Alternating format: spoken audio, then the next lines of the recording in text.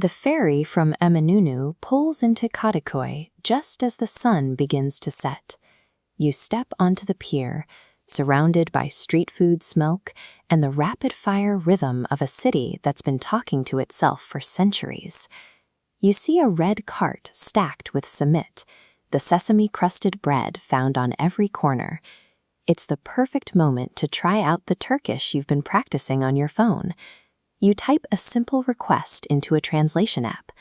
The algorithm processes your prompt and hands back a response, a long, grammatically perfect sentence that looks exactly like what you'd find in a textbook. You read the translation aloud. The vendor stops, squints, and looks at you with genuine confusion.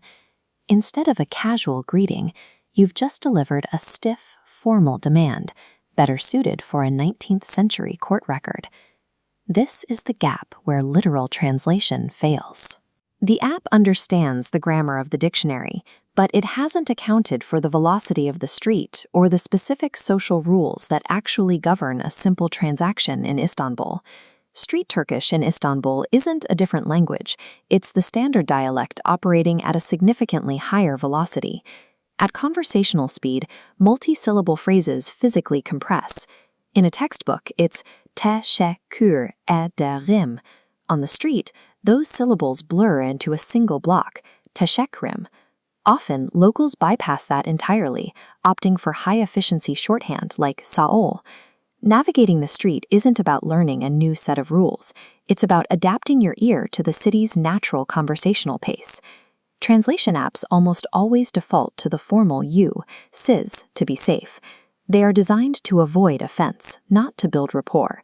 But if you stay in that formal register for too long, an invisible barrier drops between you and the person across the counter. It signals a bureaucratic distance that feels out of place in a neighborhood shop. This is where abi and abla come in. Literally meaning older brother and sister, they are used by strangers everywhere to instantly narrow that distance. Leading with one of these terms changes the interaction. It moves the conversation from a sterile exchange into a frame of shared familiarity. Standard translation tools operate in a vacuum, ignoring the specific phrases that keep the city's commerce moving smoothly. You'll hear kolay gelsin, may it come easy, said to anyone working, from a street cleaner to a baker. It's a required way to acknowledge the effort of the person in front of you. Then there is the blessing hayırlı olsun.